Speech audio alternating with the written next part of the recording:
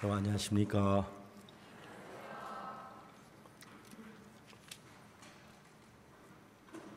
성경은 마가복음 6장에 있는 말씀을 읽겠습니다.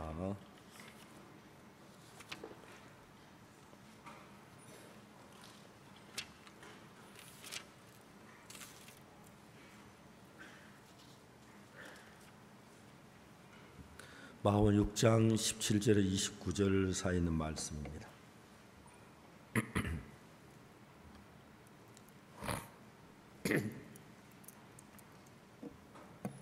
찾았으면 마가복음 6장 19절부터 17절부터 제가 읽겠습니다.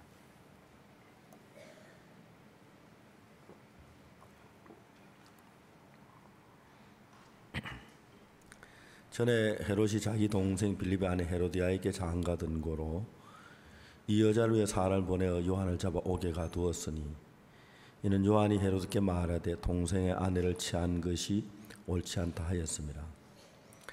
헤로디아가 요한을 원수로 여겨 죽이고자 하되 하지 못한 것은 헤롯이 요한을 의롭고 거룩한 사람으로 알고 두려워하여 보호하며 또 그의 말을 들을 때 크게 번민을 느끼면서도 달게 들음이라. 마침 기회 좋은 날이 왔으니 곧 헤롯이 자기 생일에 대신들과 천부장들과 갈릴리 기인들로 더불어 잔치할세. 헤로디아의 딸이 친히 들어와 춤을 추어 헤롯과 및 함께 앉은 자들을 기쁘게 한지라. 왕이 그 여아에게 이르되 무엇이든지 너 원하는 것을 내게 구하라 내가 주리라 하고 또 맹세하되 무엇이든지 내가 내게 구하면 내 나라의 절반까지라도 주리라 하거늘 전하 그 어미에게 말하되 내가 무엇을 구하리이까. 그 어미가 가로되 세례 요한의 머리를 구하라 하니 제가 곧 왕에게 급히 들어가 구하여 가로되 세례 요한의 머리를 초반에 담아 곧 내게 주기를 원하옵나이다 한데 왕이 심히 근심하여 자기의 맹세한 것과 그 앉은 자들을 인하여 저를 거절할 수 없는지라. 왕이 곧 12병 하나를 보내 요한의 머리를 가져오라 명하니 그 사람이 나가 옥에서 요한을 목베어 그 머리를 소반에 담아다가 여아에게 주니 여아 그것을 그 어미에게 주니라. 요한의 제자들이 듣고 와서 시체를 가져다가 장사하니라. 거기까지 읽었습니다. 대구에 와서 이렇게 많은 분들이 이 바쁜 와중에도 이렇게 와서 성경 말씀을 펴놓고 대화를 나눌 수 있다는 게 얼마나 귀한 일인지 모르고 여러분 볼 때 너무 행복해 보이고 정말 귀하게 보입니다. 하나님이 성경책 66권을 우리 손에 들려주었어요. 저들 어릴 때는 성경책이 굉장히 비싸서 구하기가 굉장히 어려웠기 때문에 마태복음, 마가복음, 누가복음, 요한복음 이걸 사람들이 교회에 가져와서 한 주간 동안 빌려주는 그런 행사가 많이 있었어요. 그래서 마태복음 다 읽고 나서 가면 다 마가복음 빌려주고 또 마가복음 가져가서 또 읽고는 누가복음 빌려 그렇게 이제 신약 성경을 읽었을 때를 기억을 합니다. 근데 이제는 성경이 그렇게 우리 생활에 비싼 물건이 아니니까 웬만한 사람 다 성경을 다 가지고 있습니다. 그래서 성경을 읽으면서 여러분 성경에 가까워지면 성경이 우리 마음 안에 들어와서 우리 마음에서 전에 없는 새로운 마음의 세계를 만들어내는데 그건 꼭 예수님과 같은 마음이 우리 마음에 형성이 되는 거예요. 그래서 이제 어느 시점까지 도달하면 예수님의 마음이 내 마음에 형성해서 내가 예수와 같이 달라지고 변해지고 새로워지는 걸 느끼는 거예요. 저희들 교회 김성훈 목사님이라고 지금 대전에 있는데 결혼해서 이제 아들을 낳았어요. 아들을 낳았는데 아들이 막 약 한 달쯤 될 동안 아들이 너무너무 잘생긴 거예요. 그러니까 할아버지 할머니가 손잘 보고 좋아가지고 막 어떡할 줄을 몰랐어요. 너무 행복했어요. 한 달쯤 됐을 때 이제 병원에 입원할 수밖에 없는 것이 뇌에 염증이 생긴 거예요. 뇌에 염증이 생겨가지고 뇌막염이 막 일어나니까 내가 막 압박을 받아 눈이 앞으로 툭 튀어나오는데, 그래서 제가 전주 예수병원에 가보니까 이제 그 김성훈 목사님 사모님은 아기 낳은 지 뭐 한 달 채 안 되는데 막 그 하루 종일 이제 뭐 손님들 찾아오고 병원에 서 있고 막 그래서 제가 한양대학병원으로 옮기자 그랬어요. 그래서 서울에 있는 한양대학병원에 옮겼는데 애가 그 이제 김성훈 목사님 삼촌이 의사인데, 야, 너 젊으니까 애기 포기해라. 젊어 다시 낳으면 된다. 얘는 정상 다 낳아도 90% 이제 정상인이 안 되고 이제는 아주 비정상적인 이제 뇌의 손상을 입어. 그러니까 아예 포기를 해라 그러고, 이제 한양대학병원에서도 이제 병원에 입원시켜 놓고, 이제 거기는 어린아이이기 때문에 아주 어리기 때문에 인큐베이터 안에 넣어 놓고는 이제 막 이제 가망이 없는 거예요. 근데 어느 날 김성훈 목사님이 한양대학병원 이제 복도에 앉아 기다리는데 방송이 나오네요. 김주환 보호자 원무과로 오세요. 김주환 보호자 원무과로 오세요. 방송이 나와요. 김주환 보호자 틀림없이 자기를 부르는 거예요. 자기 아들인 김주환이니까. 김주환 보호자 원무과로 오세요. 김주환 보호자 원무과로 오세요 하는데, 내가 무슨 우리 주환이의 보호자야. 내 아들이 뇌염에 뇌막염에 걸렸는데 내가 전혀 보호해 주지 못한 내가 무슨 보호자야. 그리고 이제 죽음이 내 아들에게 다가오는데도 내가 아무 손도 쓸 수 없는 그런 위치인데 내가 무슨 보호자야. 그 생각을 한 거예요. 내가 우리 주한이 보호자가 아니면 누가 우리 주한이의 보호자지? 아, 예수님이 보호자겠구나. 그래서 이제 그날 마음 속에서, 그래, 예수님이 우리 아들을 보호하는 보호자가 되면 완벽하게 보호를 해 주시겠구나. 그 마음에 믿음이 일어난 거예요. 그래서 이제 사모님하고 둘이 어느 여보, 우리가 주한이를 보호하지 못하는데 우리 예수님이 우리의 주한이 보호자로 맡기고 우리는 쉬자. 사모님 그래 의논이 됐어요. 실제로 병원에 있지만 아이 곁에 들어가지도 못하고 아이는 병실에 있는데 하루 종일 병원 복도에 앉았다가 밤에 집에 와자고 그러는데 그날부터 병원에 나왔어요.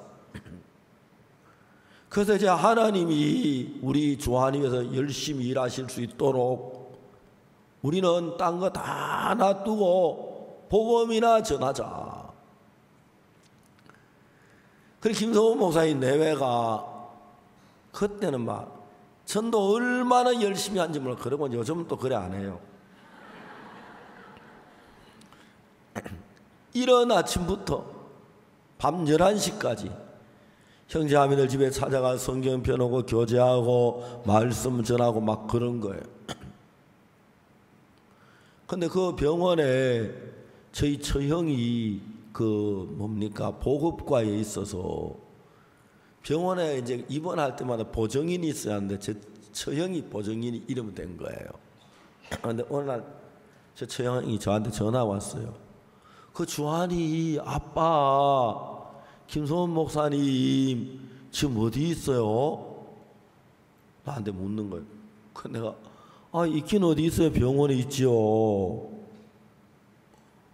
병원에 없다는 거예요. 찾아봐요. 거기 어디 있을 거예요. 병원에 아이가 병원에 있는데 병원에 있지 어디 있어요? 아니 아무리 찾아봐도 없다는 거예요. 있어요. 찾아봐요. 왜 그러냐고.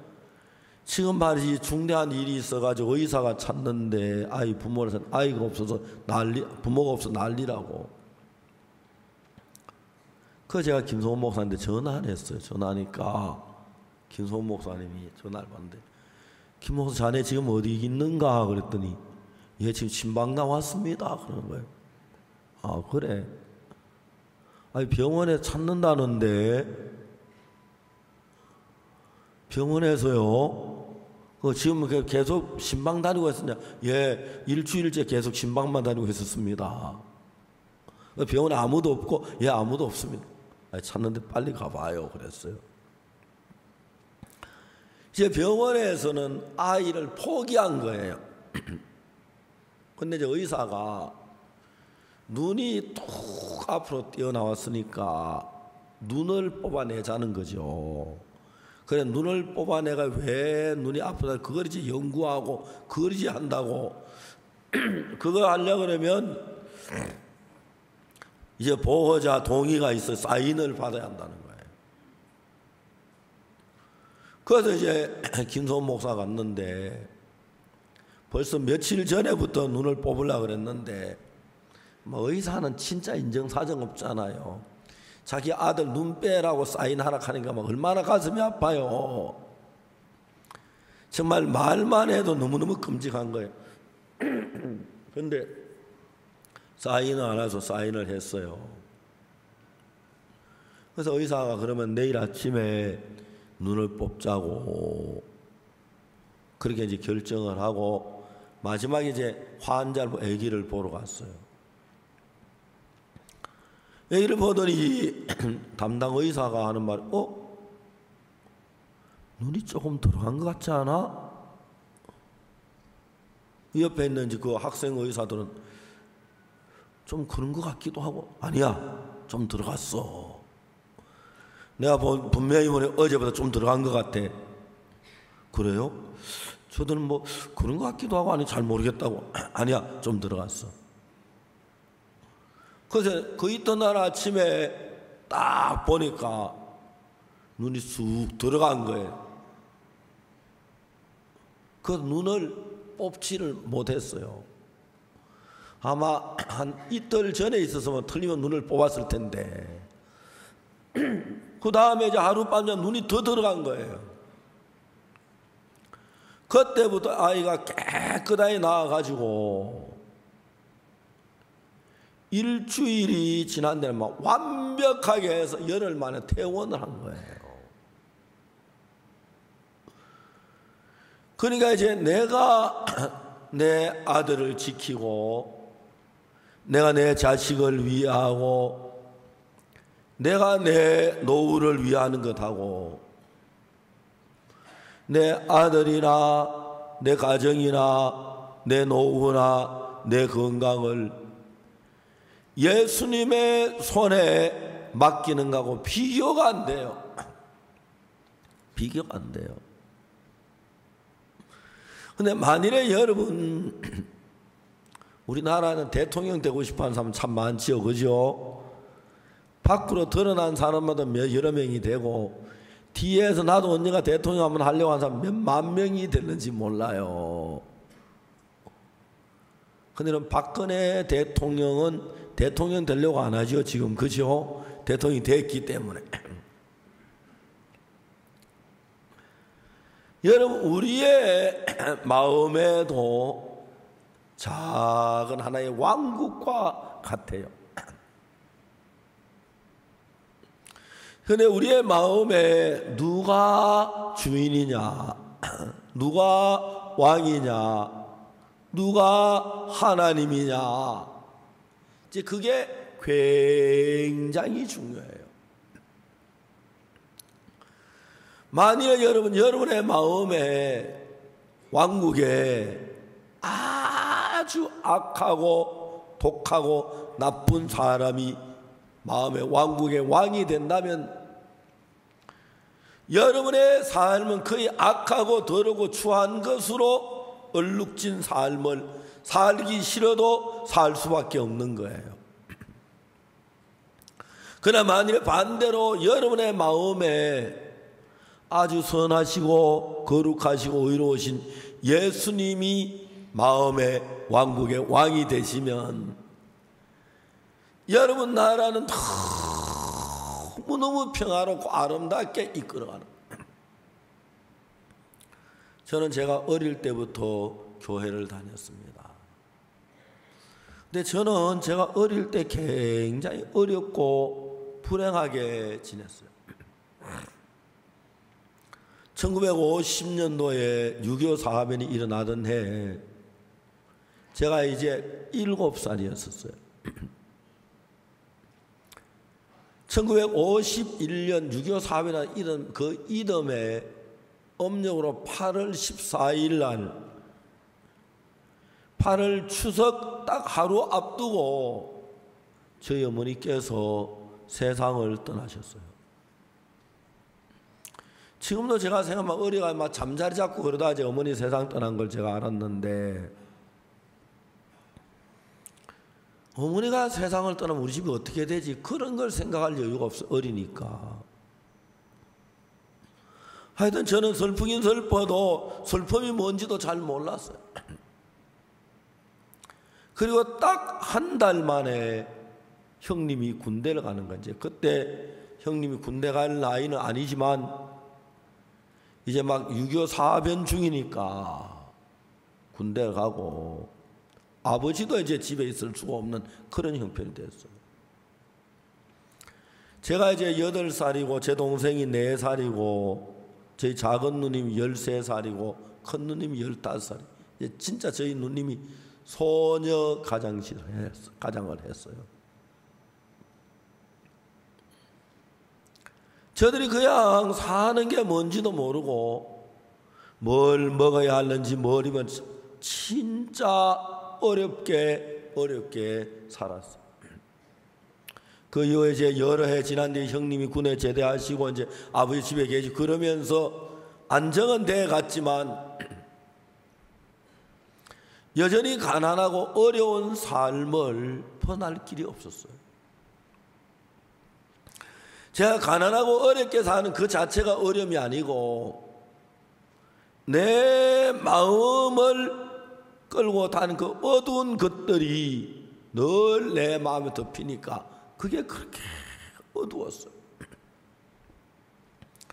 교회를 다녔지만 교회 가면 늘 죄 때문에 내가 고민하고 고통해야 하고, 그다 제가 19살 되는 1962년도에 제가 제 사함을 받고 예수님이 그때부터 내 마음의 주인으로 와 계셨어요.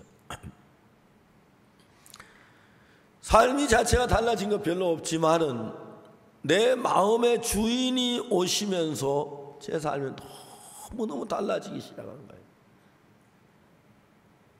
저희들 교회에 형제님 한 분은 일진전기의 부사장으로 오랫동안 일을 했어요. 그다음에 이번에 대한전선 이제 사장이 돼서 대한전선 스카우트에서 갔는데, 이분은 대한전선 처음부터 그 어려운 회사들을 이끄는 그런 특별한 능력이 있어요. 그래서 이분이 나이가 좀 많은 편인데도 대한전선 사장으로 이제 스카웃을 돼서 갔는데, 며칠 전에 저를 보고 대한전선 꼭 한번 기도 한번 해달라고.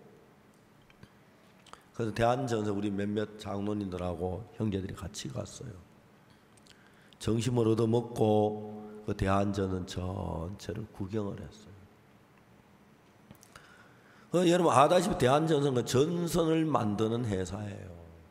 그러니까 뭐 전선이 막 이렇게 굵은 전선도 있고 그 한 다발에 뭐 2억씩 가는 것도 있는데, 전선이 하는 일은 뭐냐면은 전기 발전소에 있는 전기를 전기기가 연결시키는 일을 해요. 여러분 우리 여기에 이런 스피커도 있고 그 다음에 저 뭡니까 이쪽 스피커 이런 것들이 전부 전기가 일을 해요. 전기가 나가면 이 스피커가 다 죽어버려요. 그러니까 이 전기를 연결하기 위해 전선을 전부 연결하는데, 하나님과 우리 사이 연결하는 선이 뭐냐면 사람의 마음인데, 여러분의 마음이 하나님과 연결한 전선이 되는 거예요. 그러면 여러분 전기가 들어오면 갑자기 어두웠던 전등이 빛을 발하고 세탁기가 돌아가고 에어컨이 돌아가고 텔레비전이 일을 하기 시작하고 모든 기구가 일을 하는 거예요. 여러분의 마음도 하나의 기계인데, 여러분의 마음이 예수 그리스도와 연결돼서 예수 그리스도가 여러분의 마음에 연결해 들어올 수 있다면 어떤 어려운 문제도 예수는 선으로 바꾸는 거예요. 우리가 이제 성경을 읽으면서 예수님이 어떤 일을 하시는 걸 보고 있지 않습니까? 성경 어떤 일을 예수님이 하십니까? 그런 일을 우리 마음에도 하신다는 거예요. 저는 성경을 읽으면 예수님께서 내 마음에 일하는 일들을 굉장히 많이 봤어요. 아, 성경에 이런 일도 하네, 이런 일도 하시네, 이건 뭐 하나님이 일을 하시겠네, 그 마음이 들었어요. 제가 지금 한 오래전에 제가 이제 구원을 받고 나부터 지금까지 오면서 내가 인간적인 면으로 불가능한 일들을, 예수님이 하신 일들이 너무 많은 거예요. 말로 다 할 수가 없는 거예요. 그러니까 이제 오늘 여러분의 마음에도 전선이 잘 연결돼 예수님하고 여러분 마음만 연결되면 여러분이 어떤 고민이나 어떤 괴로움이나 어떤 슬픔이나 어떤 고통도 다 해결할 수가 있는 거예요. 제가 오래전에 한 번은 위장이 굉장히 안 좋아서 위궤양으로 3개월 동안 위궤양을 앓고 있는 동안에 내 체중이 7kg가 빠졌어요. 7kg 내 체중의 1할 정도가 빠졌다는 이야기인데, 7kg가 빠지니까 막 바지도 헐렁하고 양복도 헐렁하고 막 허리띠도 막 더 졸라매야 하고.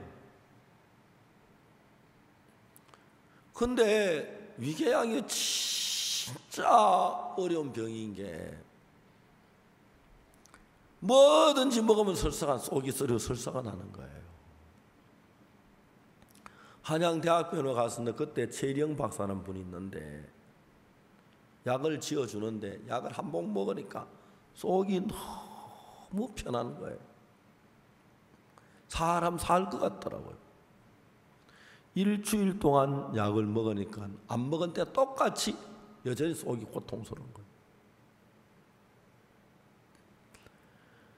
제가 그 위궤양 진짜 뭐 찬 거, 신 거, 매운 거, 단 거 다 설사나고요. 나중에는 죽만 먹어도 설사가 나는 거예요. 미칠 것 같은 거예요. 그러니까 이제 막 힘도 빠지고 그런데, 그때가 한 6월 달쯤 됐는가 그런데, 이제 여름이 다가오면 제가 행사하는 일이 참 많은데 어느 날 새벽에 제가 일어나서 하나님 앞에 기도를 드리고 있었어요. 하나님 배가 너무 아픕니다. 이 몸을 가지고 올여름에 행사를 내가 다 감당할 자신이 없습니다. 배를 낫게 해주십시오 하고 기도를 했어요. 근데 기도를 마쳤는데 그때 성경 말씀 하나가 내 귀에 딱 떠오르는데 무슨 말이냐면 마가복음 11장 24절에 너희가 무엇이든지 기도하고 구한 것은 받은 줄로 믿어라. 그리하면 너희에게 그대로 되리라. 제가 그 성경을 수없이 읽어보고 기도하고 구한 것은 무엇이든지 받은 줄로 믿어라. 그래, 기도를 한다고 응답되는 게 아니고 믿을 때 응답이 되기 때문에 네가 무엇이든지 기도하고 구한 걸 받은 줄 믿으면 그때부터 내가 일을 할게, 내가 온전히 고쳐줄게, 믿기만 해. 그러면 믿음대로 그대로 된다. 그 성경을 몇 번이나 읽어보고 생각해 봤어요. 이건 하나님의 성경 말씀이야. 하나님의 말씀은 거짓말 안 해. 그러면 내가 이 병을, 내가 위장이 고생하는데 이걸 낫게 해달라고 기도하고 내 기도를 하나님 들으셨다고 해서 내가 다 나았다고 믿으면 이 병이 낫는다는 그 말이죠. 그 내가 진짜 이러면 나을까? 안 나으면 하나님 거짓말쟁이죠. 그래서 제가 하나님 앞에 기도했어요. 하나님 내 배가 아픈데 낫게 해주셔. 나은 줄 믿습니다. 믿었어요. 근데 내 마음에 무슨 생각이 드냐면은 내가 김치나 된장을 좋아하는데 그때 김치도 된장도 못 먹었거든. 김치 먹으면 난리 나지요. 안 그러든 막 배가 그런데 그러면 이제 내 마음에 네가 병이 다 나았다고 믿는다면 김치를 왜 못 먹냐? 김치는 배가 아파서 못 먹어. 다 나았다면 왜 김치를 못 먹어? 먹어야지. 그런데 내가 김치를 먹으려고 하니까 여러분 죽만 먹어도 설사하는 그 매운 김치 먹으면 배 막 터지지요. 죽을 것 같은 거예요. 죽기 싫더라고요. 그래서 내가 다시 이제 성경을 펴놓고 깊이 사고를 하고 생각을 해봤어요. 정말 이 성경을 말해서 무엇이든 기도하고 구한 것은 받은 줄 믿으라고 그랬는데 내가 받은 줄면 그대로 된다면 내가 이제 받은 내 배가 다 나았다고 믿고 다 나아서 김치를 먹자. 그럼 내가 배가 터지겠냐? 배가 나았겠느냐? 이거 안 나오면 하나님이 거짓말쟁이죠. 그래서 그날 아침에 내가 믿기만 하면 확신이 낫겠다는 마음이 들었어요. 그래서 다시 한번 하나님 배가 아픕니다. 배를 낫게 해주십시오. 그래 기도를 드린 뒤에 하나님 믿습니다. 내 배는 다 나았습니다. 감사합니다. 낫기도 전에 하나님 낫게 하실 걸 믿고 다 나았다고 믿는다고 이야기를 해요. 그래, 제가 아침 식사를 하러 나갔는데 그날 아침에 막 손님들이 많이 와 제 아내가 음식을 너무너무 많이 차린 거예요. 그 늘 하던 한쪽 가에 저쪽 모퉁이에 죽 조금 하고 김 몇 장 하고 그다음 마른 멸치 절인 거 좀 그리고 이제 장조림 갖다 놨어요. 식사하러 나갈 때 막 제일 속상한데 저들은 막 잘 먹으면서 나는 그게 속상한데 할 수 없잖아요. 근데 그날은 그걸 딱 밀어내고 큰 밥그릇을 하나 딱 잡고 손님들 앉았어요. 그래가지고 밥을 먹기 시작했어요. 한 그릇을 다 먹었어요. 김치도 먹고 그날 육개장도 먹고 한참 먹는데 이제 아내가 음식을 나러 오다가 저는 깜짝 놀라면서 당신 어찌려고 이러냐고 막 그래요. 걱정하지 말라고 다 나았다고 그랬어요. 그래서 쳐다보더니 아무런 말 안 하고 이제 그냥 가더라고요. 말하면 어쩔 기라 그렇죠? 그래서 이제 저는 밥을 빨리 저는 이제 외국인들하고 밥 먹는 게 제일 힘들어요. 왜냐하면 외국인들 밥을 보던 시간 한 번 하면 막 적어도 식당에 가는 것부터 이야기하는 것부터 해서 한 2시간, 3시간을 잡아야 돼요.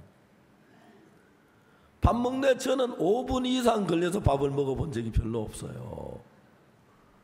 그래 천천히 먹으려고 해도 나도 모르게 한 10분 다 먹고 나면 그쪽에 아직 3분의 1도 안 먹은 거예요.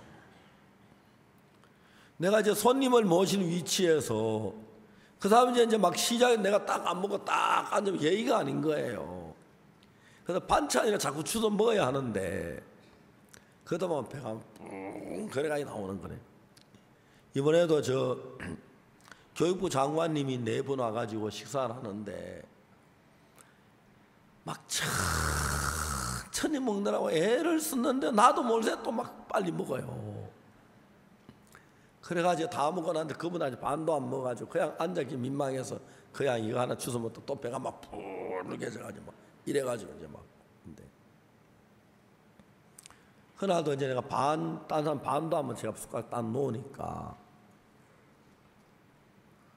갑자기 이제 속에서 막 배가 막 싹 아파오는 게 설사기가 나는데 못 견디겠는 거예요. 그래 얼른 화장실에 뛰어갔어요. 막 설사를 쫙쫙 한 거예요. 그래 마음에서 믿음으로 구한 건 받은 줄은 나 예수님 내 병이 고칠 줄은 믿었는데 왜 안 나았지? 이거 다 나은 거야. 근데 마음속에 다 나았는데 설사가 나? 그게 다 나은 거야. 배가 아프지 않아? 그게 나은 거야? 나은 거야? 그래서 제가 이제 제 마음이 막 헷갈리기 시작했어요. 성경 말씀에는 믿으면 믿은 대로 된다, 낫는다 그랬고 형편은 안 나은 거예요. 그 내 마음속에 내가 이게 말씀을 믿을 거냐, 형편을 믿을 거냐. 성경 말씀에는 믿으면 낫는다, 내게 나은 거다, 나았다, 나은 거다, 나은 거다고 믿었어요. 내 마음 한쪽에서 나았는데 왜 설사가 나지? 나았는데 왜 배가 아프지? 그것도 나은 거야? 그게 나은 거야? 그 나은 거 아니잖아. 내가 생각을 해봤어요. 아니 나는 안 나았네. 아니야 성경에서 나았다면 이거 나은 거야. 다 나았어. 나았는데 왜 아파? 그게 나은 거야? 그게 안 뭐? 그 나중에 뭐냐면 지금 배가 아픈 건 사실이지만 나은 거야 그랬어요. 점심때 식사를 했는데 또 밥을 한 그릇 다 먹었어요. 밥을 먹고 얼른 변소가 또 화장실에 다 설사를 다 해버렸어요. 그날 저녁엔 제가 하얏트 호텔에 식사 초대를 받아갔는데 호텔 입구에 딱 들어서면서 이 배가 아픈데 뭐 식사를 대접한다고 막. 그래서 오늘 뭐 전복죽이나 조금 먹고 말까? 아니지 내 배 다 나았지. 후배 식당에 가면은 안 먹으면 안 먹어 쏙소리고 많이 먹으면 많이 먹어 쏙소리고 그럴 바에 많이 먹고 쏙소리자. 여러분 이렇게 사세요. 알겠습니까? 그날 엄청 먹었어요. 접시 5개를 썼어요. 배가 막 기래가지고 그래 이제 설사를 안 해서 그날 저녁에 차를 뭐가 하면서 집으로 돌아왔어요. 그날 밤에 집에 와 자고 그 이튿 아침에 딱 일어났는데 배가 깨끗하게 나왔어요. 저는 그 전에 위장이 아주 약했어요. 그래서 우유를 먹으면 설사했어요. 한여름에 수박도 먹으면 설사 날 때가 있고요. 그래서 밀가루 음식 먹으면 생목이 올라서 못 먹고 그랬어요. 근데 요즘은 제가 막 특히 외국에 가면 식사 거의 이제 고기 아니면 빵으로 많이 나오는데 밀가루 음식 좋아하니까 저는 빵도 그렇게 좋아해요.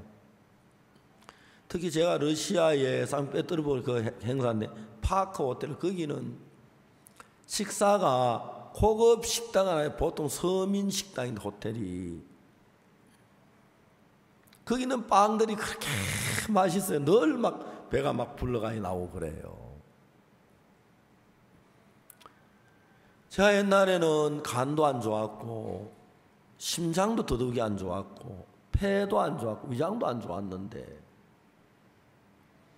제가 예수님 안에 살면서 위장 좋아지고 간 좋아지고 심장 좋아지고 폐 좋아지고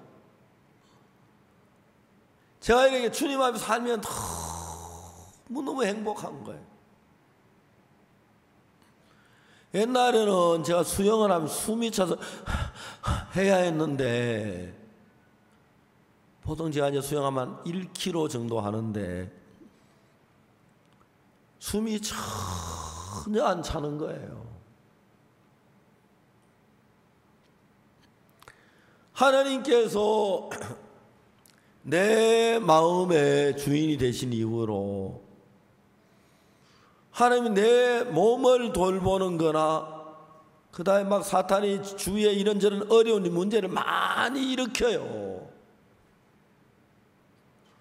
그래도 내 마음에 내가 왕이 아니고 예수님이 왕이시기 때문에 예수님이 내 마음을 지배하고 있는 동안에 모든 문제를 예수님이 처리해 주는 거예요. 그래서 그동안에 주님이 나에게 도우신 일한 일들을 이야기하려면 밤새도록 다 이야기 못해요. 제가 대전에 살 때는 몸이 굉장히 안 좋았어요. 그때 기억으로 내가 차를 몰고 대구에 한번 왔다 가면 고속도로에 한 2시간 남짓하고 갔다 왔다 하는데 가고 올 때 이제 2시간이면 가는데 대구 한번 갔다 오면 파김치가 돼. 막 그렇게 지쳐요.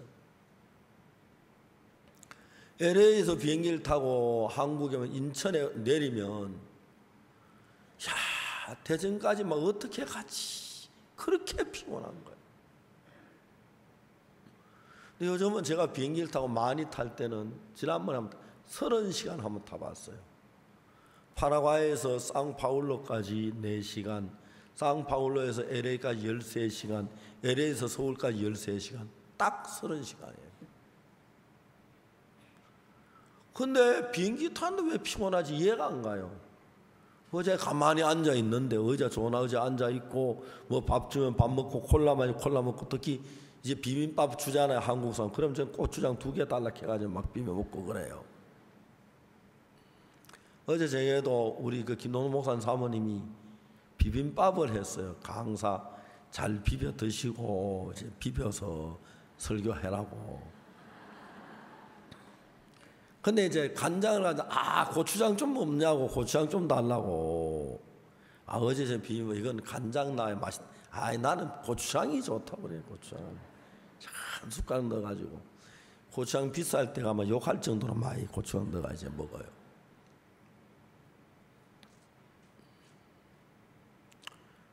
사람이 잘 못나도 사람이 뭐 나빠도 마음이 밝으면 밝고요, 마음이 거룩하면 거룩하고요, 마음이 착하면 착하고요, 마음이 평안하면 평안한 거예요. 예수님이 내 마음의 주인으로 와서 모신 뒤에 어떤 어려움이나 어떤 문제가 일어나도 예수님이 그 문제 하나 해결 못 하시겠나? 저는요, 누구보다 많은 문제가 있고 어려움이 많았어요. 그래도 한 번도 제가 걸려 넘어지거나 쓰러져 본 적이 없어요. 하나님이 늘 도우시고 지키시는 거예요. 이번 제가 인도 오리사에 가는데, 처음에 제가 오리사에 갈 때 힌두 교도들하고는 막 우리 교회가 기분 싸웠어요. 힌두 교도들은 오리사 그 지역이 전부 다 힌두의 땅이라고 믿어요. 이제 우리 교회에서 제가 온다고 단을 얼마나 크겠냐면 한 이 정도 크게 크다란 단을 헛구로 만들어 가지고 말씀 전에 단을 만들었어요. 힌두들이 그걸 다 두드려 부숴버렸어요. 그러고 난 뒤에 그 다음에 우리가 다시 만드니까 힌두들이 와서 그때 힌두 깃대를 딱 꼽으면서 여기는 힌두의 땅이다. 누구든지 오면 다 죽이겠다. 그래야 저 얼마 전에 좀 오래됐는데 호주 선교사 가족들이 차를 타고 가는데 힌두들이 뺑두를 싸가지고 그 자리에서 차를 불태워 그 차 안에 가지고 다 태워 죽였어요. 그때도 한 힌두들이 저 기독교에는 1000여 명 이상 죽이고 막 아주 인도는 그래요. 제가 이제 델리로 갔다 델리에서 부바네시라는 데서 내려서 그래서 헬리콥터를 타고 이제 오리사까지 가는 비행기에서 헬리콥터를 우리가 계약을 했어요. 오후 4시쯤 돼서 이제 부바네시에 도착했는데 김수현 목사님 마중을 나와가지고 첫째 하는 말이 목사님 헬리콥터 취소됐습니다. 오리사 경찰서장이 목사님 못 오게 오리사에 헬리콥터 착륙 금지 명령을 내려서 헬리콥터 갈 수 없습니다. 김수현 목사님 저보고 하는 말이 두 번째 하는 말이 목사님 제가 오늘 아침까지 목사님 오라 그래야 하는지 오지 말라 그 대답을 내가 못해서 기다리고 여기 있다 왔습니다. 세 번째 하는 이야기가 교회 차를 안 가져왔습니다. 교회 차는 힌두들이 보면 교회 차인 줄 알기 때문에 표적의 대상이기 때문에 딴 차를 가져왔습니다. 전부 다 무시무시한 이야기만 해요. 차를 몰고 이제 6시간 헬기 타면 1시간도 안 걸려 가는데 차로 가는 숲속에 6시간을 들어가요. 오후 4시쯤 돼 출발했는데 거의 밤 10시가 돼서 오리사에 도착을 했어요. 오리사에 막 수많은 형제자매들 모여 있는데 어떤 자매가 저렇게 꽃다발을 만들어 가지고 그 시들까봐 물에 담가 놨다가 물이 줄줄 흐르는 그걸 갖다 제 목에다 걸었어요. 그 자매는 그런 거 전혀 몰라요. 너무너무 기뻐가지고.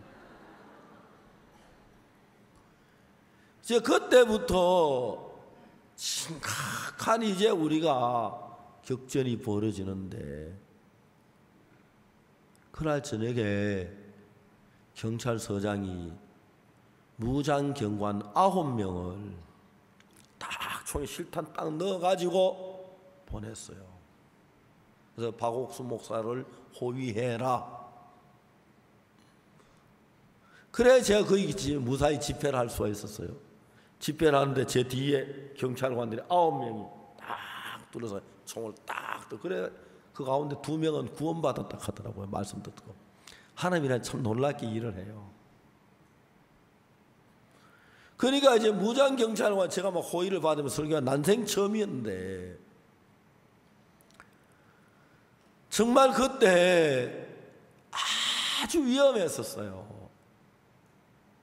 경찰서장님 도와줘서 하여튼 제가 막 어려운 일이 있고 위험한 일이 있을 때마다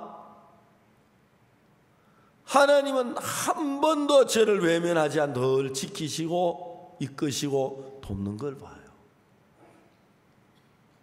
그래서 구태여 내가 나를 지키려고 하거나 내가 뭐라 해야 할 필요가 없는 거예요. 자, 중요한 것은 여러분의 마음에 예수님이 왕이 되시면 그 예수님은 여러분의 몸도 여러분의 가정도 여러분의 모든 것을 완벽하게 지키시고 축복하시는 예수님입니다. 1962년도 구원을 받고 2015년이니까 53년째 되는데 예수님 안에서 제 참 많은 어려운 일들 그때마다 항상 하나님의 손길이 나를 떠나지 않고 지키고 계시는 걸 보는 거예요. 제가 이제 목회를 하면서 우리 교회 형제자매들이 와요. 제가 강남교회 4층 제 사무실이 있는데 저하고 이제 상담하실 분들이 있어 명단이 딱 이제 접수를 하면은 시간 있을 때마다 이제 한 번씩 하면서 상담을 하는데 내가 서울에 있는 때는 거의 이제 오전에 성경학교 수업을 하고 오후에는 이제 상담하는 일을 거의 해요. 근데 형제자매들이 이런 여러 가지 많은 문제를 가지고 와요. 가지고 오는데 내가 그 문제를 해결할 수 없지만 그 형제나 자매 구원받은 자매고 형제니까 그 안에는 예수님이 해결해 주시니까 성경을 펴서 성경에 이렇게 이야기하지 않는 이렇게 하나님이 도우신다고. 진짜 하나님이 도우시면서 일하는 게 너무너무 신기해요. 특히 최근에는 젊은 학생들이 여러분 이제 애기 엄마들 여기 계실 텐데 애기들 키울 때요 절대로 애기들이 요구하는 거 다 들으면 큰일 나요. 저는 제가 저희 딸하고 아들을 키울 때 일부러 아들이 해달라 그러면 막 귀엽고 사랑스럽게 해주고 싶어도 꼭 한 개나 두 개는 일부러 안 들어줬어요. 아들이 아빠 그건 안 돼. 아빠 이놈이 아빠가 안 된다 그랬어.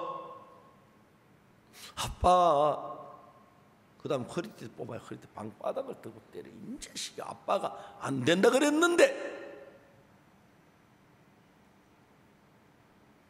어떨 땐 애들이 어릴 때는 말이죠 우리 가는데 어디든지 따라오려고 그래요. 신방 갈 때 그 신방간 따라온다는 거예요. 그래서 오늘 보자 이 집 신방 따라가도 되겠다. 오늘 데려갈 테니까 그 대신에 너 그 집에 가서 아이들하고 조용히 잘 있어야 돼. 놀고. 예 데려가줘요. 그 다음날 또 신방 또 따라가려고 그래요. 얘들이 항상 우리 따라다니더니 나이 어느 나이쯤 되니까 안 따라가려고 하더라고요. 야 영구 너 바쁘냐? 왜요? 내가 좀 같이 갈래? 예 아빠 꼭 가야 합니까? 아니 꼭 가는 건 아닌데 네가 가고 싶으면 가도 돼. 아빠 제가 좀 집에 있으면 안 되겠습니까? 어느 때부터 그렇게 하더라고요. 그냥 내가 어디 가자 하면 싫어하더라고요. 어릴 때는 막 안 가려고 하면 따라가려고 하는데 여러분 아이들도 그렇습니까? 예 그래요. 그 얘가 막 그 다음 또 이제 따라가려는 거예요. 아 오늘은 이 집 하는데 가면 안 돼. 아빠 이 자식아 아빠가 안 된다 그랬어. 딱 그럼 아예 지가 마음을 딱 끌 거예요. 예 아빠 근데 올 때 맛있는 거 사오세요. 이제 그렇게 딱 협상을 해요. 알아서 할게. 그래요. 아빠 다녀오세요. 그러니까 이제 아이들의 요구하는 것 절대로 다 들어주면 안 돼요. 절대로 다 들어주면 안 돼요. 제가 이야기 잘하죠. 얼룩말이 아니라 야생말. 미국에 사람들이 가서 처음에 미국이란 나라를 그 넓은 날 어떻게 다 차도 없고 기차도 없는데 야생마를 봐주던 목을 졸라가 잡아가 걸어가지고 훈련시켜 타고 다니는 거예요. 처음엔 야생마가 사람들 잘 굴복을 안 해요. 이리 뛰고 저리 뛰고 사람 타면 뭐 떨어지기도 몇 번 하고 뭐 다치기도 하고 다리도 부러지고 그래요. 그래서 한번 야생마 목을 딱 졸라가지고 밧줄을 막 4명 5명 끌고 다니다면 말도 지치고 사람도 지쳐요. 그래서 이제 말이 지치고 하면 이러다가 내가 죽겠다고 느낀 생각이 드는 말이 가까이 가도 아무 말을 안 해 가만히 있어요. 그때 타요. 타면 또 막 확 떡 뛰고 그래요. 그걸 이제 수없이 계속하면은 말이 어느냐, 말이 마음이 꺾여요. 야, 내가 이래 따라가다 이러다가 내가 죽겠구나, 내 명예 못 살겠구나.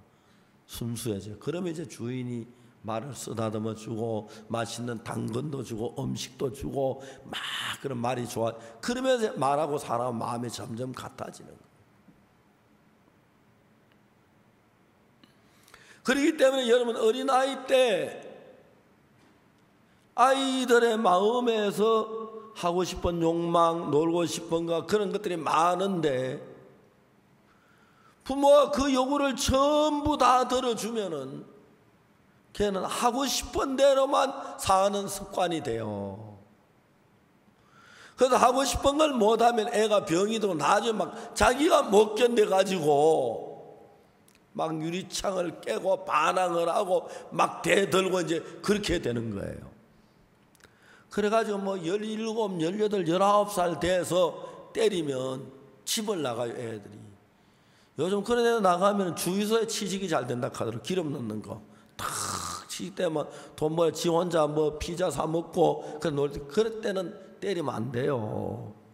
10살 전에 요즘은 좀 아이들이 성숙된 아이들 10살도 도망가서 안 돌아오고 해요. 딱 봐 도망갈 만하고 그럴 땐 절대 때려가 내보내면 안 되고 도망가면 집에서 10발짝만 가면 겁이 나서 다시 돌아올 그럴 때 딱 마음을 꺾는 법을 가르쳐요. 저는 아들하고 딸을 키우면서 마음 꺾는 걸 철저하게 가르쳤어요.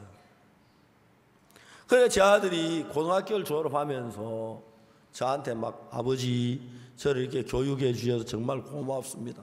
왜 그래요? 그랬더니 아버지 저희 반의 아이들이 같이 한국에서 부잣집 아이들이 미국에 가서 저도 같이 공부했는데 저희 반의 아이들이 정말 지 멋대로 하다가 고등학교 졸업을 못했습니다.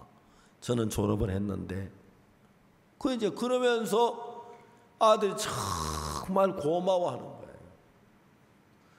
그러니까 야생말이 막 순응을 하면 지도 편하고 주인도 편하고 계속 끝까지 대들면 뭐 죽여야죠. 밧줄로 막 매를 채찍으로 때리고 그래야 하는데 어릴 때 여러분 아이들을 키우시면서 그냥 4살, 5살 그때부터 한 번씩 교육에 조금 관심을 가지고 키워야 돼요.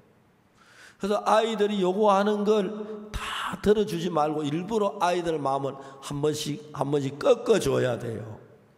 아이들이 마음이 꺾이면 이생 살다 어려운 일에 탁 마음을 꺾고 하면 좋은데 마음을 꺾지 못하면 그걸 못하면 견디질 못해요.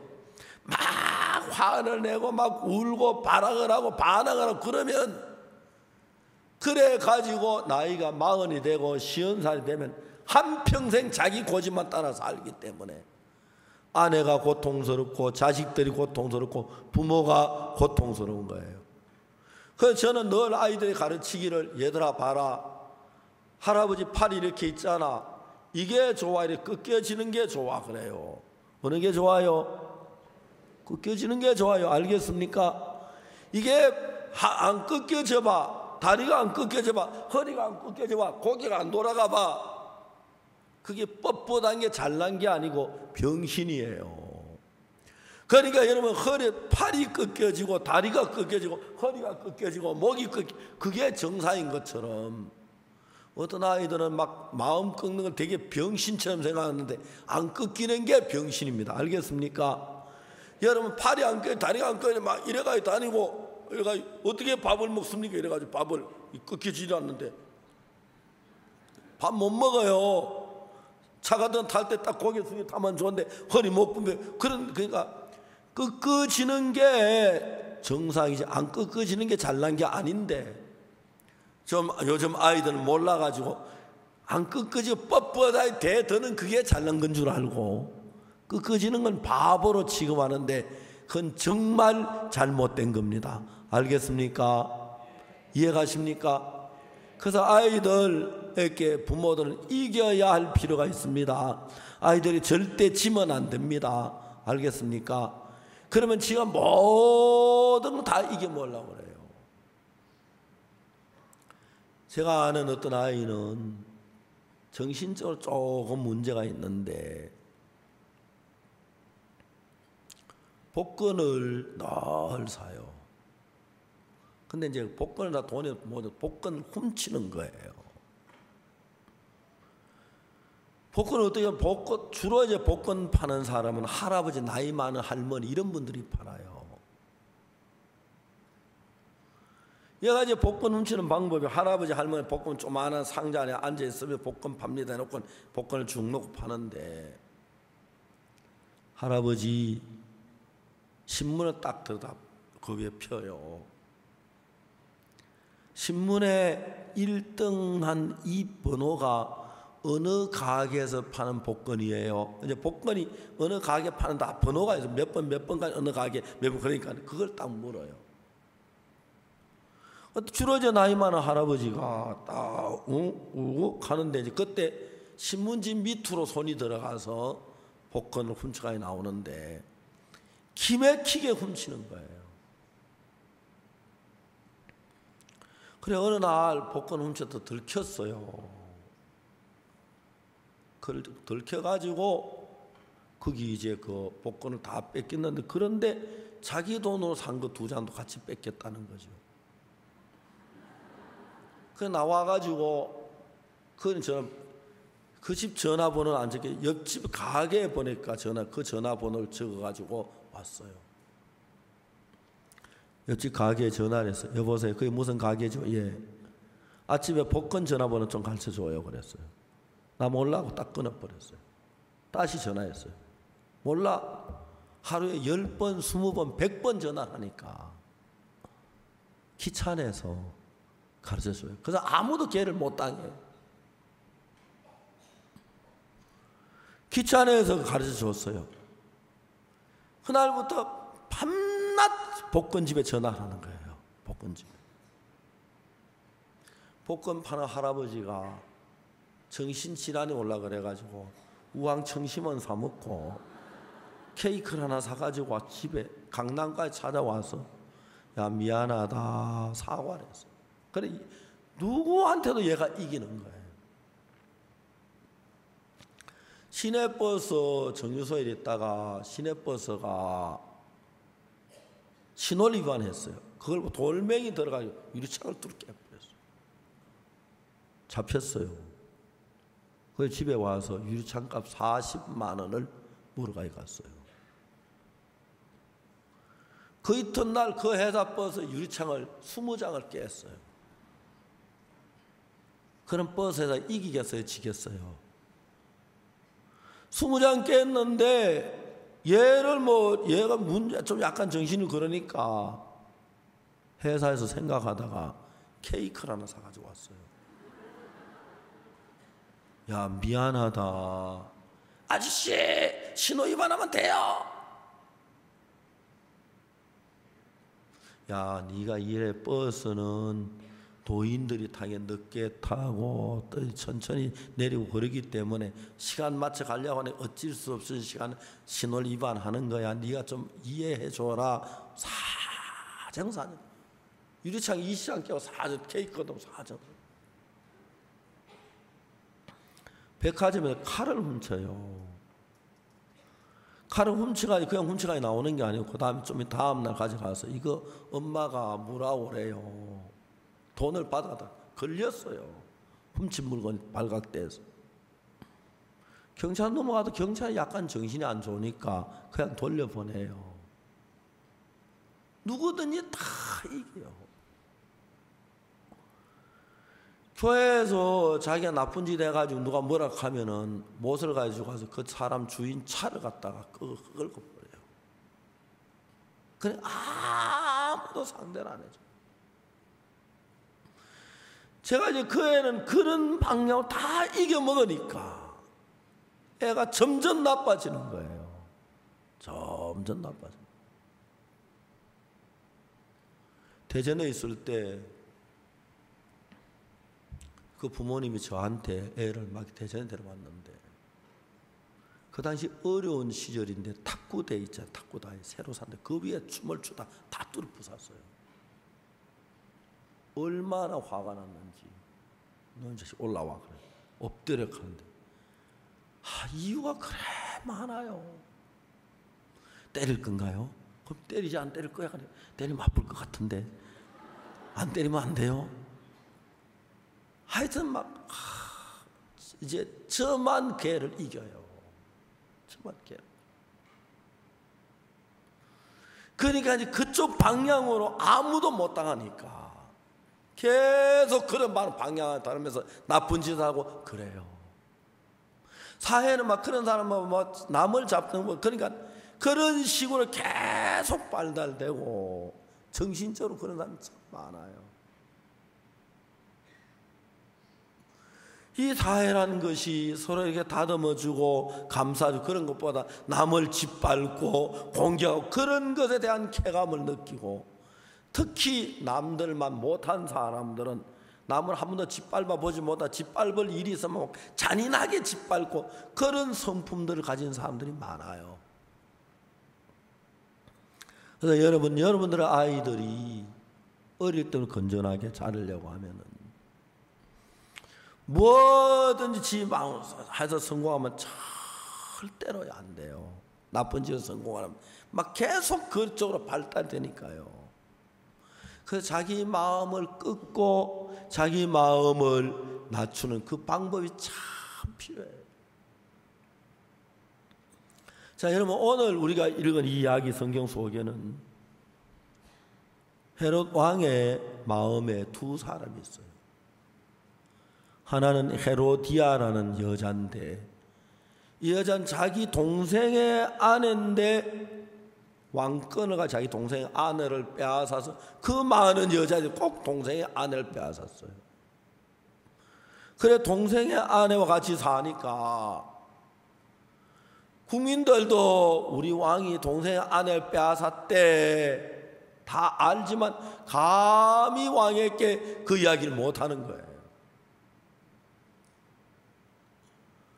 그러고 있는데 이제 세례 요한이라는 하나님의 종이 헤롯 왕에게 당신이 그 동생의 아내를 빼앗은 건 잘못됐다. 돌려보내라. 그러는 거예요.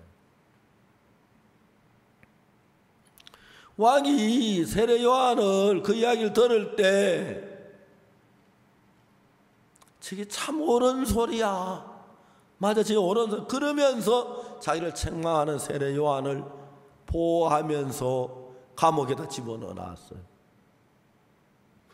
그런데 이 동생의 아내는 진짜 자기 남편보다도 시숙이 더 좋은 거예요. 왜? 왕이니까 왕비가 되잖아요. 근데 세례 요한이 자꾸 동생의 아내를 내쫓으라 하니까 자기가 왕비 지켜나니까 세례 요한은 원수가 되는 거예요. 헤롯 왕 마음 안에서 세례 요한하고 헤롯 동생의 아내 둘이 싸우는 거예요.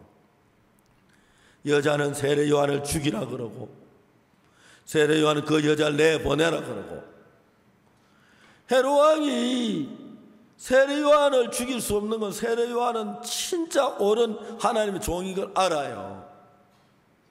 그 말대로 동생의 아내 내보내야 하는데 동생의 아내는 너무 예쁘고 사랑스러워서 못 내보내는 거예요. 둘이서 헤롯 왕의 마음에 두 가지가 서로 싸우고 있어요.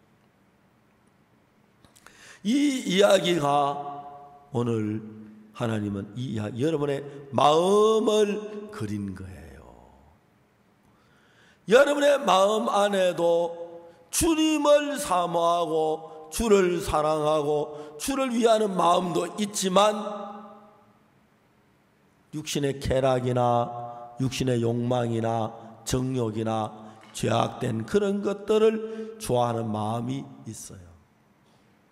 그렇습니까? 틀림없어요. 왜냐하면 성경에 마음을 그린 모양이 이런데 틀림없이 여러분 다 있어요. 그럼 이제 여러분들에서 마음 안에 세례 요한이냐 그 여자냐 둘이 이제 싸우듯이 여러분 안에 예수님이 계셔야 하는데 여러분 예수님도 내쫓기 싫고 육신의 쾌락이나 욕망도 내쫓기 싫고 여러분 마음은 정확히 그렇습니까? 그래요? 여러분 마음을 그대로 그린 거예요. 어느 날 그 여자가 아기를 데리고 왔는데 아기가 자랐죠. 그죠? 그 아기가 자라가지고 춤을 너무 잘 췄어요. 그 여자아이가.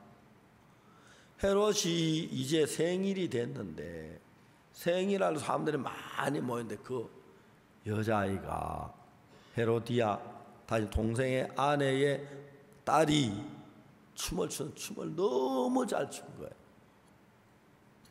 사람들이 막 박수를 치는데 헤롯 왕이 너무 기뻐서 야 네가 오늘 우리 기쁘겠는데 뭐든지 네가 소원하면 내 나라 절반을 줄게.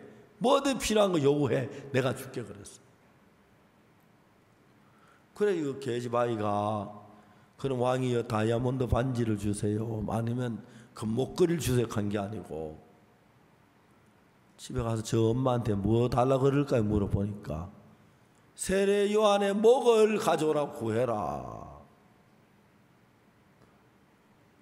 그래서 이 계집아이가 와서 왕에게 왕이시여 세례 요한의 목을 잘 그 머리를 소반에 담아가지고 내게 주십시오 하는 거야. 왕이 아플싸.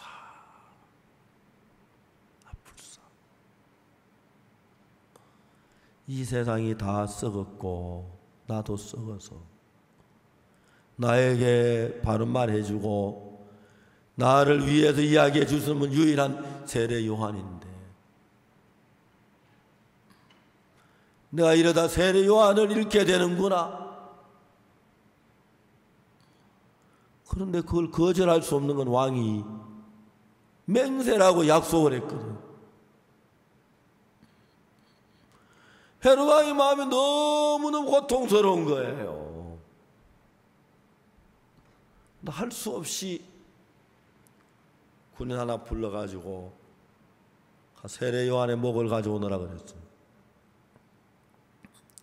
왕의 군인가 세례 요한 불러가지고 목을 탁 칼로 쳐가지고 그 목을 소반에 담아 왕이여 이겼습니다.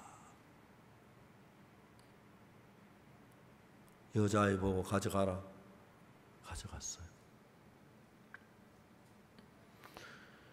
여러분 우리 마음에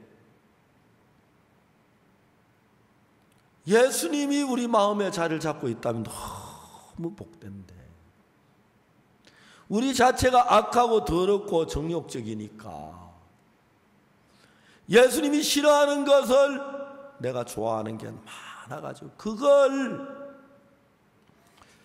왕도 알아요. 내가 동생의 아내를 빼앗아 국민들이 나를 보고 뭐라고 그럴까? 동생은 지금 어디 있는지 모르고 나를 욕하겠지. 이거 잘못된 거야. 돌려보내야 돼. 나 이러면 안 돼. 내가 이제 진짜 빤듯하게 좀 살아보고 싶으면 내가 왕이 돼서 죄만 지어도 돼. 이제 돌려보내야 돼. 그래서 왕이 세례 요한 이야기를 들을 때마다 하나같이 옳은 이야기니까 저 말이 맞아. 그래, 돌려보내야 돼. 그런 마음, 옳다는 건 알아요. 그러면 헤로디아를 볼 때 얼굴이 너무 예뻐 사랑스러워서 아이고 눈에 넣어도 안 아플 것 하면서 그렇게 하죠. 그죠? 사랑스러워서 버리지를 못하는 거예요. 결국 이제 세례 요한이 죽임을 당하고 그래 이제 헤롯이 비참하게 저주를 받을 수밖에 없는 것처럼 여러분의 마음에 하나님을 사모하고 헤롯이 세례 요한을 좋아했던 것처럼 하나님을 사모하고 하나님을 원하는 마음이 있어요. 있는데 안타깝게 여러분 속에 하나님은 좋아하는 게 아니고 육신의 쾌락이나 정욕이나 욕망이나 그걸 가지고 둘이서 마음 안에서 싸우게 하는 우리 마음을 그린 이야기입니다. 예수님은 오늘 아침에 여러분의 마음에 이러다가는 이런 마음에 예수님을 잃어버리고 헤롯 왕처럼 예수님을 잃어버리고 악한 욕망이나 그것과 같이 멸망의 길을 갈까 두려워서